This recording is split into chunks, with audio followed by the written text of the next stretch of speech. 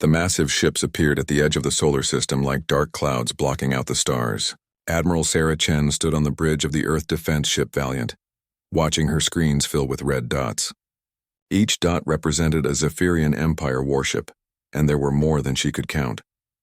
"Ma'am, we're getting size readings on their main vessels," Lieutenant Torres said, his voice shaking slightly. "The largest one it's 40 kilometers long." Sarah felt her stomach drop. The biggest ship in Earth's fleet was barely 2 kilometers from nose to tail. She had known this day might come, but seeing it happen was different from all the war games and planning sessions. "Communications. Are we receiving their signal yet?" "Yes, ma'am. It's coming through now." The main screen flickered and a face appeared that would haunt Sarah's nightmares for years to come. Admiral Kethvar of the Zephyrian Empire looked exactly like the intelligence photos, but seeing him in person was worse. His gray skin looked like old leather, and his 4 eyes moved independently of each other. When he spoke, his voice sounded like grinding metal. "Primitive beings of the third planet," Kethvar began. "I am Admiral Kethvar, Supreme Commander of the Zephyrian Empire's expansion fleet. Your species has been selected for integration into our glorious empire." Sarah watched as her crew shifted nervously around the bridge. She could see the fear in their eyes. These were good people, trained soldiers, but they had never seen anything like this. "You will lower all defensive systems and surrender your military vessels within 6 of your local hours," the alien continued. "Your leaders will present themselves for processing. Resistance will result in the complete destruction of your civilization." The transmission ended, leaving the bridge in complete silence. Sarah looked at her tactical display again. The enemy had 300 ships surrounding Earth. Her fleet had 47 vessels, and most of those were converted civilian ships with basic weapons. "Orders, Admiral?" asked Commander Roberts, her second-in-command. Sarah took a deep breath. She had been in the military for 23 years, working her way up from a young lieutenant to the head of Earth's defense force. She had fought pirates in the asteroid belt and dealt with corporate wars on Mars. But this was different. This was extinction. "Send a message to all fleet commanders," she said finally. "Emergency meeting in 1 hour aboard the Valiant. And get me a line to Earth Command." The next hour passed like a blur. Reports came in from across the solar system. The Zephyrians had surrounded every major human settlement. Mars colony was under direct threat from 12 warships.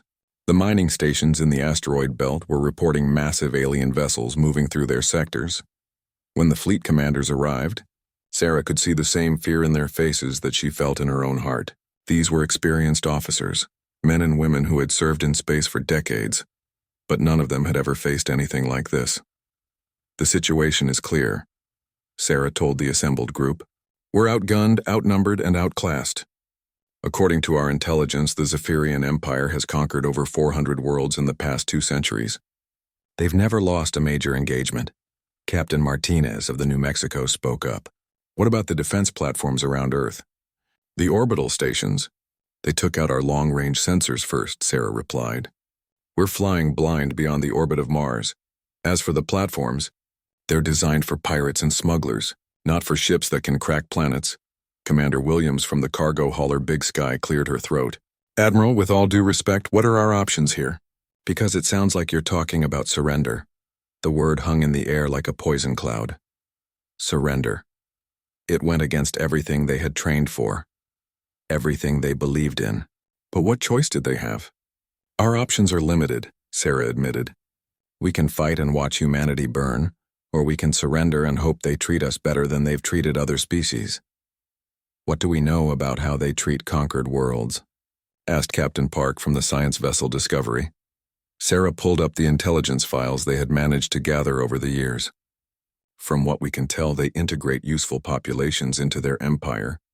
Technical specialists, scientists, military officers who prove their worth. The rest become laborers or are relocated to less desirable worlds." "So slavery," Williams said bluntly. "Essentially, yes." The room fell silent again.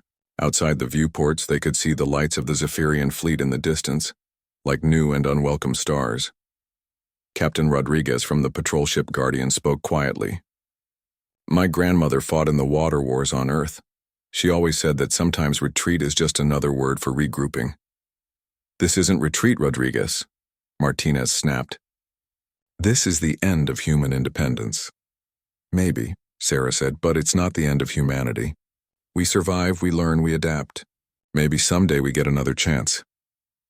She didn't believe her own words, but she had to give her people something to hold on to. The meeting broke up an hour later with a decision nobody wanted to make. They would prepare the surrender documents. Earth's government had already agreed, faced with the same impossible mathematics of survival. As the other commanders left, Sarah stood alone on the bridge of the Valiant, looking out at the enemy fleet. 6 hours to surrender everything humanity had built among the stars. 6 hours to become just another conquered species in an empire that stretched across half the galaxy. She thought about her daughter on Earth, studying engineering at the university. She thought about the colonies on Mars and Europa, filled with people who had never asked to be part of a galactic war. She thought about all the dreams of exploring the stars that would now become dreams of serving alien masters. "Ma'am," Lieutenant Torres approached carefully. "We're receiving status updates from across the system. All civilian traffic has been ordered to dock at the nearest station. The Zephyrians are scanning everything that moves. Any word from the outer system monitoring stations?"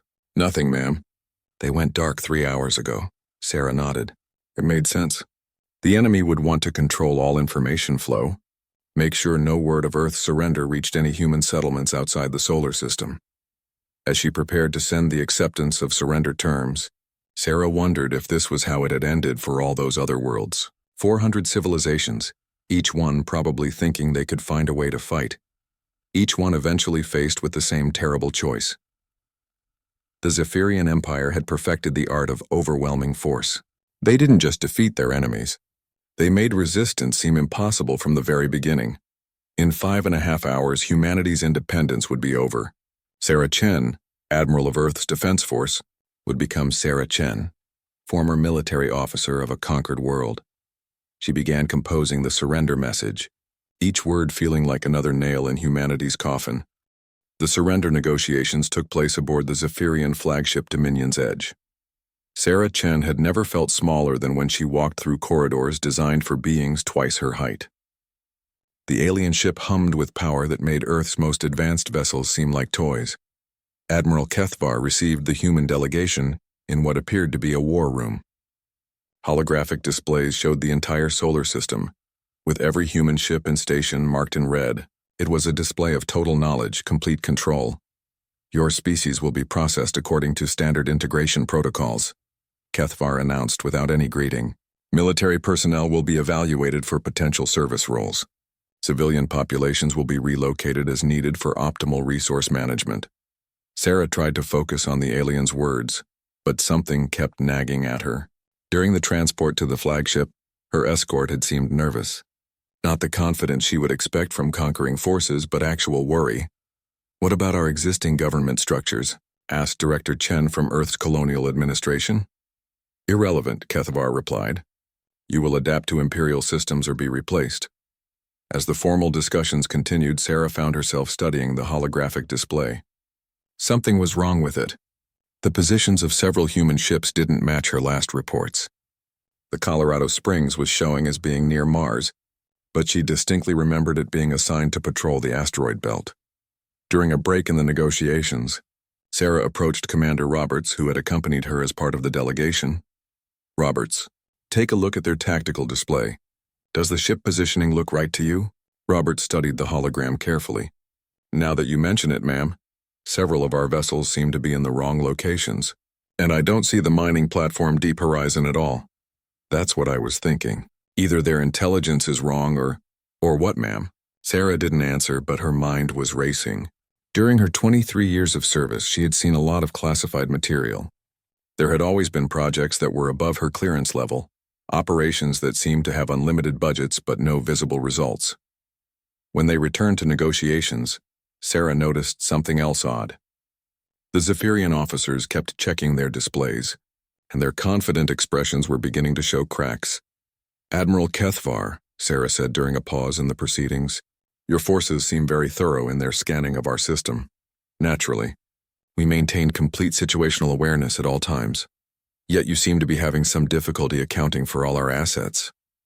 Kethvar's 4 eyes focused on her with uncomfortable intensity. "Explain." Several of our vessels appear to have gone missing from your displays. Mining platforms, research stations, patrol ships, they were there 6 hours ago, but now they seem to have simply vanished. For the first time since the negotiations began, the alien admiral looked uncertain. He turned to one of his subordinates and spoke in their native language, a series of clicks and whistles that sounded angry. The subordinate responded in the same language, but Sarah caught something interesting. Despite the alien words, she could hear fear in the tone. As the hours passed, more strange reports filtered in. Earth's communication networks were picking up signals from deep space monitoring stations that should have been destroyed. Navigation beacons in the outer system were broadcasting positions that didn't match their known locations. Most puzzling of all, several merchant vessels had simply disappeared from sensors entirely. Not destroyed, not captured, just gone. Sarah began to think back over her career with new eyes. The secret projects, the classified budgets, the officers who would appear in her command structure with backgrounds that never quite made sense. She remembered Captain Marcus Webb, who had served under her for 2 years. His file said he was a former merchant marine officer who had volunteered for military service during the piracy crisis. But Webb had skills that didn't match his supposed background. He understood military tactics better than officers who had trained at the academy. He knew things about alien technology that weren't supposed to be public knowledge. Most importantly, Webb had been reassigned 3 months ago to a deep space patrol mission that Sarah had never authorized. "Ma'am," Roberts whispered during another break in negotiations, "I just received a message from our communications officer on the Valiant. We're getting signal pings from the outer system that match the signatures of ships that are supposed to be here with us." Sarah felt a chill run down her spine. "How many ships?" "That's the thing, ma'am. The signatures suggest there are more ships out there than we have in our entire fleet."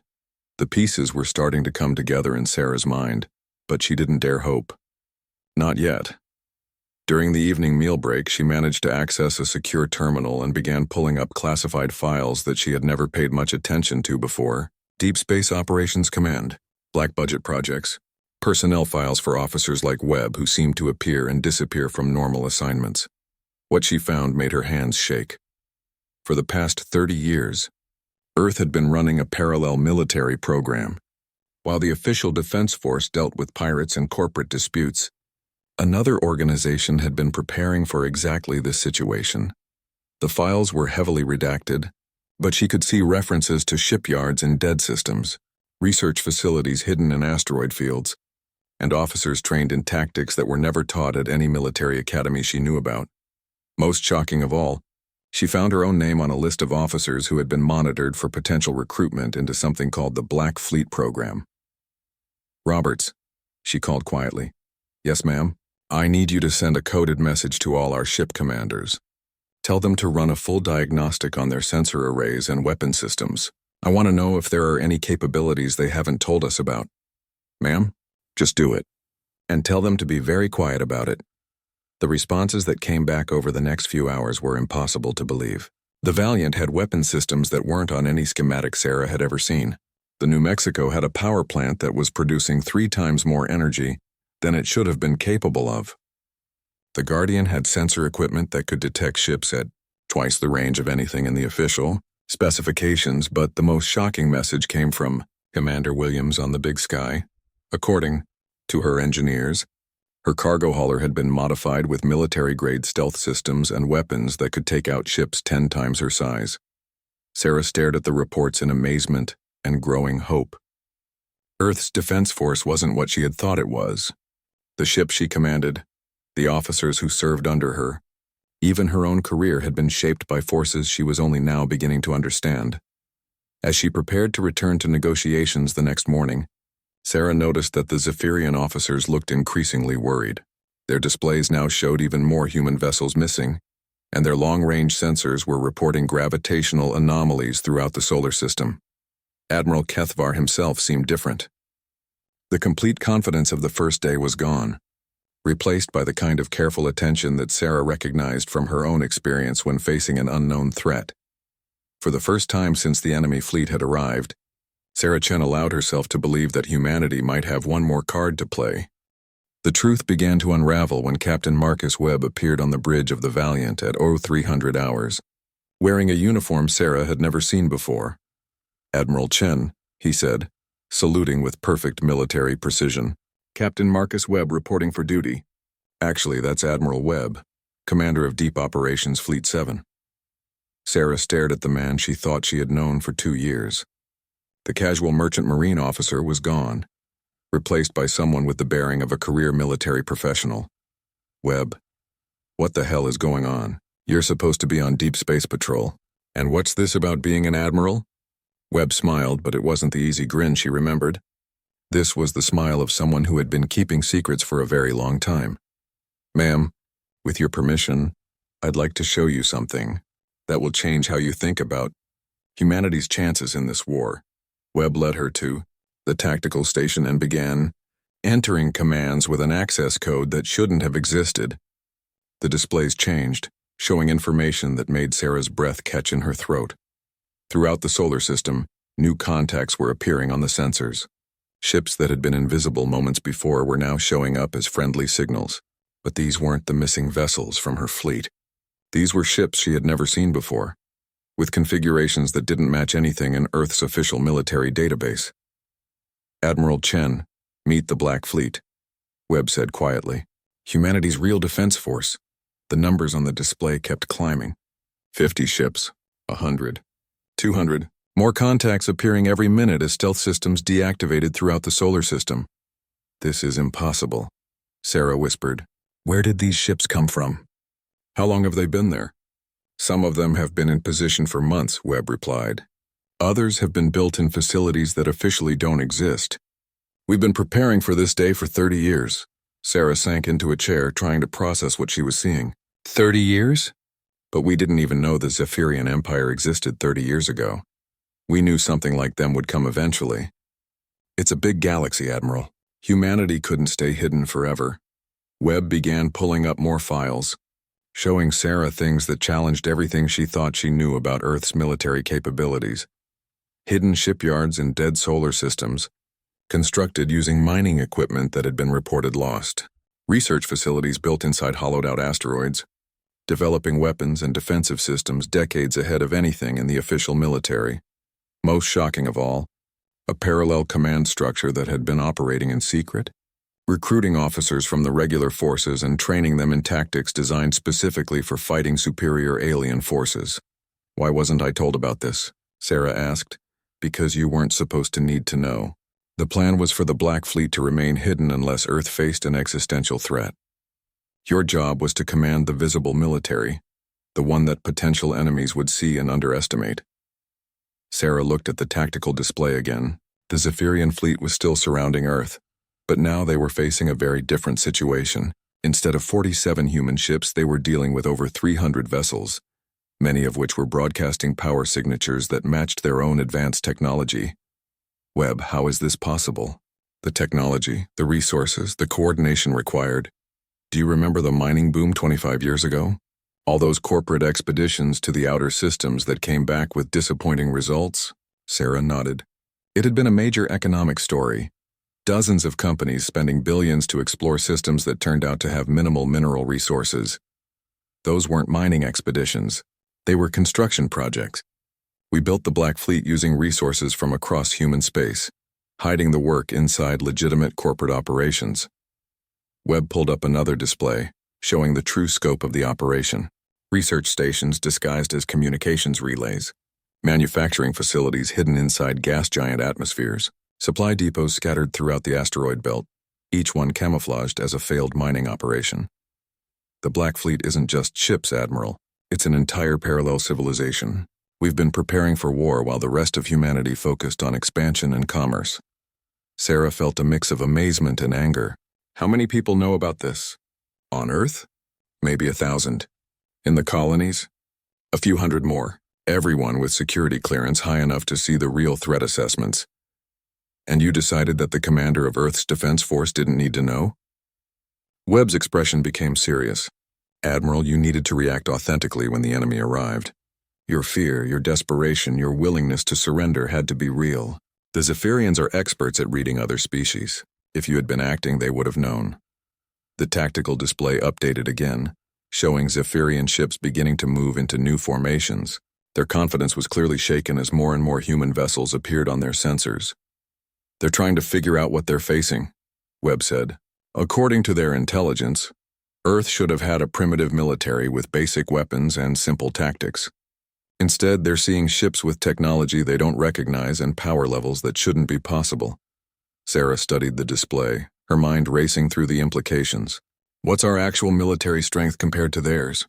In terms of raw numbers, they still outnumber us. But we've spent 30 years studying their tactics, their technology, their weaknesses. Every battle they've fought, every world they've conquered, we've analyzed it all." Webb pulled up intelligence files that showed the scope of humanity's preparation. Detailed analyses of Zephyrian ship designs, tactical doctrines, even psychological profiles of their command structure. "We know how they think, how they fight, how they react to different threats. Most importantly, we know their biggest weakness, which is overconfidence. The Zephyrian Empire has been winning for so long that they've forgotten how to adapt to unexpected situations. They have standard responses for every type of resistance they've encountered, but they've never faced an enemy that studied them before the war even began." The communication station chimed with an incoming message. Lieutenant Torres looked up with surprise. "Admiral, we're receiving a transmission from Admiral Kethavar. He's requesting an immediate meeting aboard their flagship." Sarah looked at Webb, who was smiling that dangerous smile again. "I think our alien friends are starting to realize that they may have bitten off more than they can chew," he said. Sarah stood up, feeling more confident than she had since the enemy fleet arrived. "Tell Admiral Kethavar that we'll be happy to meet with him." "And Webb?" "Yes, ma'am. I think it's time the Zephyrian Empire learned what humanity is really capable of." As they prepared for the meeting, Sarah couldn't help but smile at the irony. For the past 48 hours, she had been preparing to surrender Earth to a superior force. Now she was beginning to understand that the superior force might not be the one they had thought it was.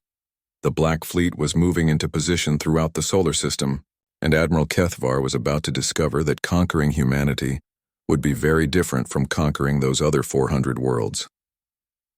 Admiral Kethavar was no longer the confident conqueror who had demanded Earth's surrender.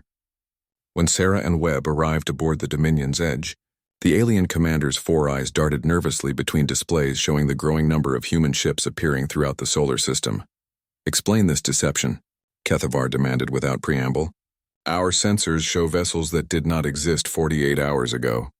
This violates all intelligence regarding your species' military capabilities."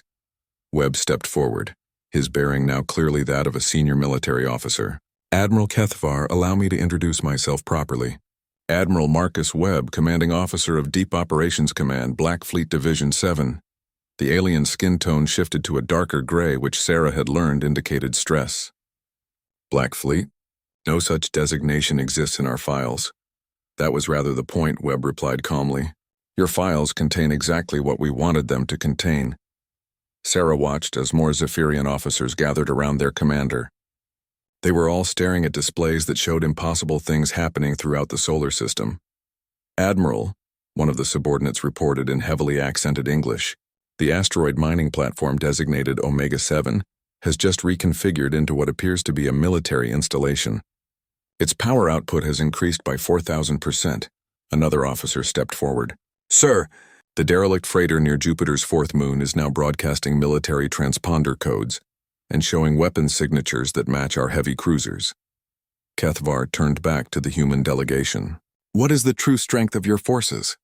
Webb consulted a tablet he had brought with him. "Currently active in the Sol system?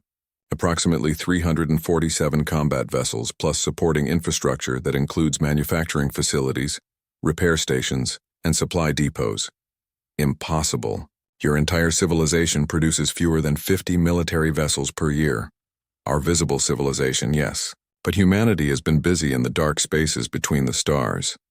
On the Zephyrian displays, the tactical situation continued to evolve. Ships emerged from gas giant atmospheres where no ship should have been able to survive. Asteroids split open to reveal hidden military installations. Even Earth's moon began showing power signatures that suggested massive underground complexes. Sarah found herself amazed by the scope of what had been hidden from her. "Webb, how did you manage to build all this without anyone noticing?" "We didn't build it without anyone noticing, Admiral. We built it without the right people noticing. Corporate mining expeditions provided cover for construction. Failed colonial ventures hid successful military installations. Even the pirates we've been fighting for years were sometimes working for us, providing justification for military buildups in remote systems. Admiral Kethvar's stress indicators were becoming more obvious. His skin had shifted to an almost purple shade, and his four eyes were moving independently as he tried to track all the new information appearing on his displays. "This changes nothing," he declared, but his voice lacked its earlier certainty. "We still possess superior numbers and technology. Surrender is still your most viable option." Webb smiled that dangerous smile that Sarah was beginning to recognize. "Admiral, with respect, you're thinking like someone who's fought 400 wars against unprepared enemies. We've spent 30 years studying your tactics specifically. Study means nothing against proven superiority." "Let me show you something," Webb said, pulling out a small device. Computer Display Empire Tactical Doctrine. Scenario 7 Alpha.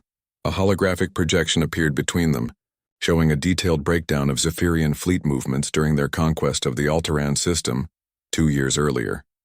"Standard pincer movement," Webb continued. "Heavy ships draw enemy fire while fast attack vessels move to flanking positions. Works beautifully against enemies who fight conventionally." The hologram shifted, showing a different formation. "Now, this is how we're deployed throughout the solar system. Notice anything different?" Kethavar studied the display, and Sarah could see the moment when he understood. The Black Fleet wasn't arranged to fight the kind of battle the Zephyrians were prepared for. Instead, human ships were positioned to exploit weaknesses that the Empire had never had to worry about before. "Your rear formations are exposed," Sarah realized, studying the tactical display with new understanding. "Exactly. The Empire's standard doctrine assumes the enemy will try to fight them head-on. But we're not going to do that." Webb activated another projection, showing the planned engagement from the human perspective. Phase 1. Our stealth ships disable their long-range sensors and communications. Phase 2. Coordinated strikes on their supply vessels and command ships. Phase 3. Psychological warfare designed to break their formation discipline. "Psychological warfare?" Kethavar asked. "We've studied your species' neural responses to stress. We know exactly which types of tactics will cause panic reactions in your crews." To demonstrate, Webb activated a new system on the tactical display. Throughout the solar system, Black Fleet vessels began broadcasting on frequencies that human ears couldn't detect, but that caused visible distress in the Zephyrian bridge crew. "Stop that immediately," Cathvar ordered. "Just a small demonstration, Admiral. We have much more sophisticated tools available." Sarah watched the alien officers struggling with the sensory assault and felt a mixture of admiration and concern for what humanity had become in secret. This wasn't just military preparation. It was warfare refined to an art form. The main display updated again, showing that more Black Fleet vessels were moving into attack positions. But what caught Sarah's attention was the way they were moving. These weren't the standard fleet formations she had trained with. These ships operated with precision and coordination that suggested years of practice together. "How long has the Black Fleet been active?" she asked. "The first ships were commissioned 12 years ago," Webb replied. "But the program itself has been running since before either of us graduated from the academy." Admiral Kethvar was conferring quietly with his officers in their native language. Sarah couldn't understand the words, but the tone was unmistakable. These were not the confident conquerors who had arrived 3 days ago. "Admiral Webb," Kethvar said finally, "you present interesting tactical challenges. However, the Empire has faced guerrilla forces before. We will adapt. I'm sure you will try. But Admiral, we're not guerrillas. We're a peer military force that's been specifically designed to counter your capabilities. There's a difference." As if to emphasize the point, the tactical display showed a squadron of Black Fleet ships performing maneuvers that should have been impossible. They moved in perfect synchronization, their formation shifting with precision that matched the Empire's own elite units. "Your ships possess technology that should not exist at your level of development," one of the Zephyrian officers observed. "Technology. We've spent 30 years developing, specifically for this confrontation." Sarah was beginning to understand the full scope of what had been hidden from her. This wasn't just a secret military program.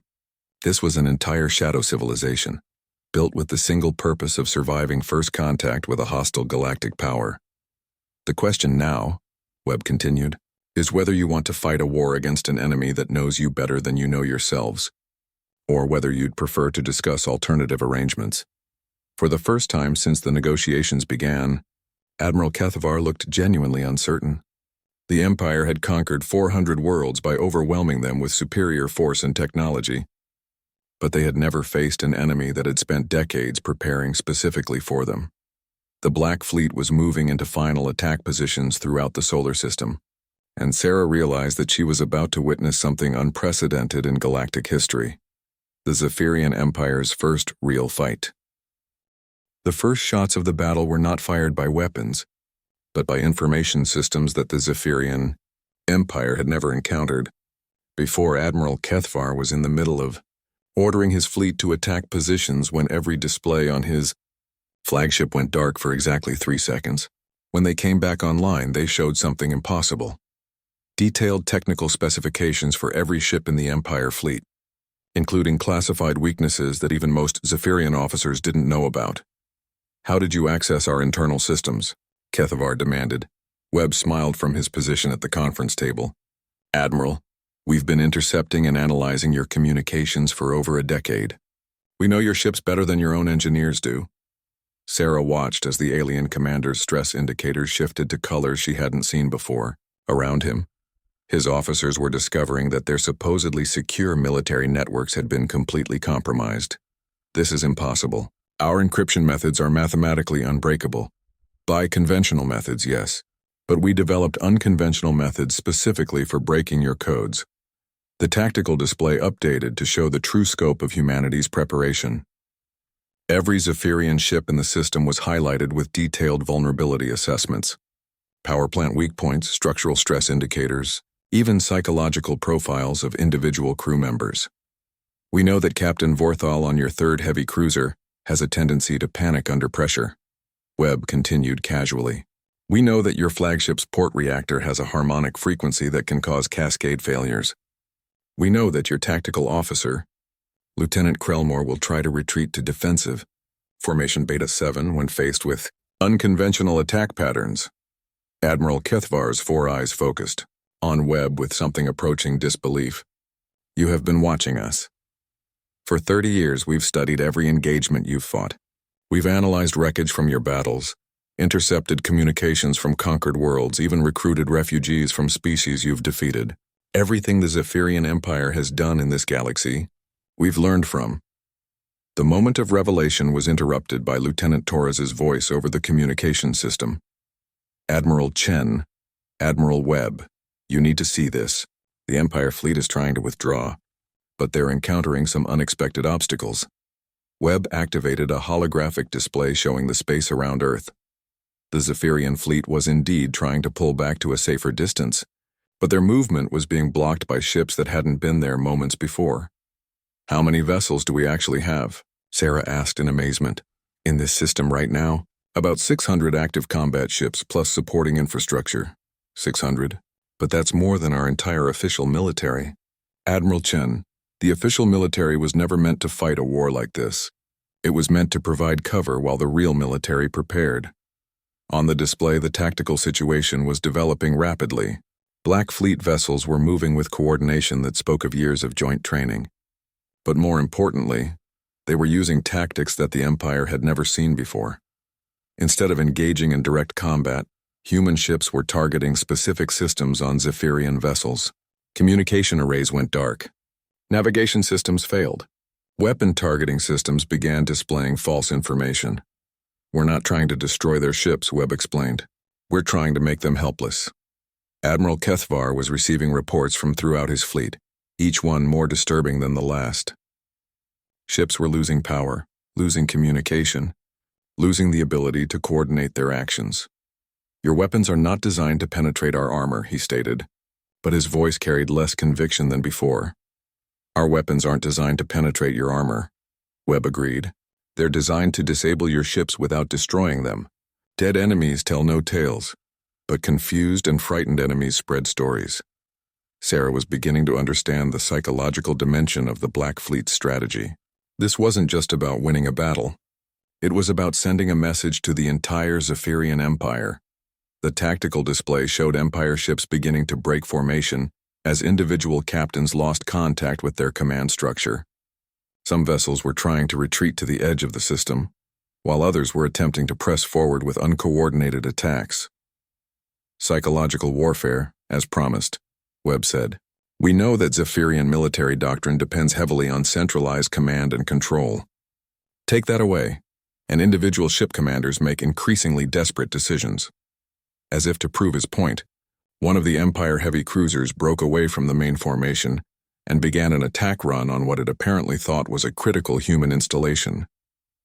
The target turned out to be a decoy, and the cruiser found itself surrounded by Black Fleet vessels that had been waiting for exactly that kind of mistake. The ship will be disabled, and its crew taken prisoner, Webb explained. Our interrogation techniques are quite advanced, and we've found that Zephyrian officers are remarkably forthcoming when they believe their empire has abandoned them. Admiral Kethvar was consulting frantically with his remaining officers. Sarah could see that the confidence that had carried them through 400 conquests was cracking under the pressure of facing an enemy that fought by completely different rules. What do you want from us? Kethvar asked finally. An excellent question, Webb replied. First, we want you to leave our system immediately. Second, we want you to inform your empire that Earth is under the protection of forces they don't understand and can't defeat. Third, we want guaranteed safe passage for any human vessel traveling in Imperial space. The Empire does not negotiate with primitive species. Admiral, with all due respect, we stopped being primitive about 30 years ago. We just chose not to advertise the fact. Webb activated another display, showing the scope of human expansion beyond Earth. Hidden bases in dead systems, research facilities in interstellar space, even contact with other species that the Empire believed to be extinct. Humanity didn't just prepare to defend Earth, Admiral Kethvar. We prepared to survive in a hostile galaxy. The Black Fleet you're facing here represents about 30% of our total military capability. Sarah felt her breath catch. If what she was seeing represented only a fraction of humanity's true strength, then her species had become something far more significant than she had ever imagined. This is our offer, Webb continued. Withdraw your forces, acknowledge human territorial claims, and establish normal diplomatic relations. In exchange, we won't share our intelligence on Empire tactical weaknesses with the other species in this region of the galaxy. The threat was subtle but unmistakable. The Zephyrian Empire had made enemies across hundreds of worlds. If their military capabilities were suddenly compromised, those enemies might find the courage to seek revenge. Admiral Kethvar studied the tactical display for long minutes. His fleet was scattered, his command structure was broken, and he was facing an enemy that seemed to know his every move before he made it. I will need to consult with High Command, he said finally. Of course, but Admiral, I should mention that we've been jamming your long-range communications since you entered the system.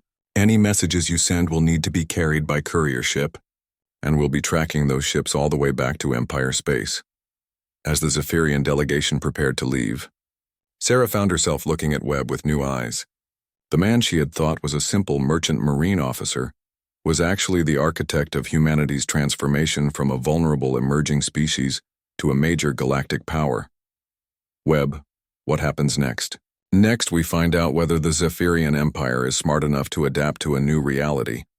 If they are, we'll have peaceful neighbors and room to grow. If they're not, he gestured to the tactical display, where Black Fleet vessels were maintaining perfect formation despite the complexity of the engagement. Then we'll teach them the same lessons we just taught Admiral Kethvar, but on a much larger scale. 3 hours later, the Zephyrian fleet began its withdrawal from the solar system. Admiral Kethvar's final message was brief. The Empire will consider your terms. Sarah stood on the bridge of the Valiant, watching the alien ships disappear into hyperspace. Around her, the Black Fleet was already beginning to fade back into the shadows, returning to the hidden bases and camouflaged installations that had sheltered them for so long. Admiral Chen, Webb said as he prepared to return to his own mysterious duties, welcome to humanity's real military. I think you're going to find that defending our species is much more interesting than you thought. As Earth's sun set on what would later be remembered as the day humanity announced itself to the galaxy, Sarah realized that the surrender she had been prepared to sign 3 days earlier would have been the greatest deception in human history. The Zephyrian Empire had ordered Earth's surrender, but they had been facing an enemy that had been preparing for war since before they even knew war was coming. The age of humanity hiding among the stars was over. The age of humanity as a galactic power had just begun,